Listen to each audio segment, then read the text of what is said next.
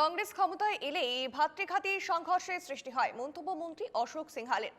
এবং রাঙাপাড়ায় কংগ্রেসকে তীব্র সমালোচনা মন্ত্রী অশোক সিংহালের। কংগ্রেস আমলে জনজাতি অধ্যুষিত এলাকায় কংগ্রেস ভাতৃঘাতী সংঘর্ষ করেছে। কংগ্রেস ক্ষমতায় এলেই ভাতৃঘাতী সংঘর্ষ হয়, জনজাতি সম্প্রদায়ের মানুষ অপদস্থ হয় বলে মন্তব্য করেন মন্ত্রী অশোক সিংহাল। মন্ত্রীর মন্তব্য, ভাতৃঘাতী সংঘ হলে কংগ্রেসের লাভ হয়। সিংহালের দাবি, কেন্দ্র এবং রাজ্য বিজেপি সরকার আসার পর বোরোল্যান্ডে শান্তি ফিরেছে।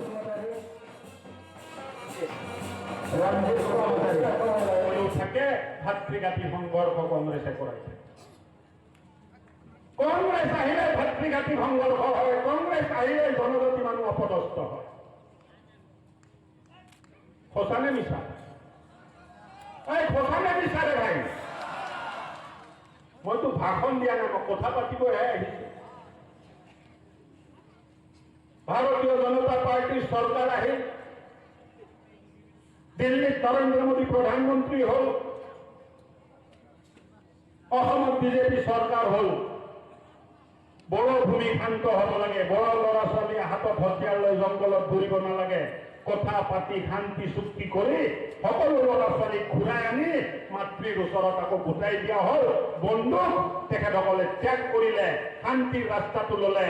আজি গোটেই বিটিআৰ বিটিচি অঞ্চলত শান্তি বিৰাজ কৰি আছে। কতো গোলা বোমা ফুটা নাই, কোনো লৰা ছোৱালীৰ হাতত বন্দুক নাই।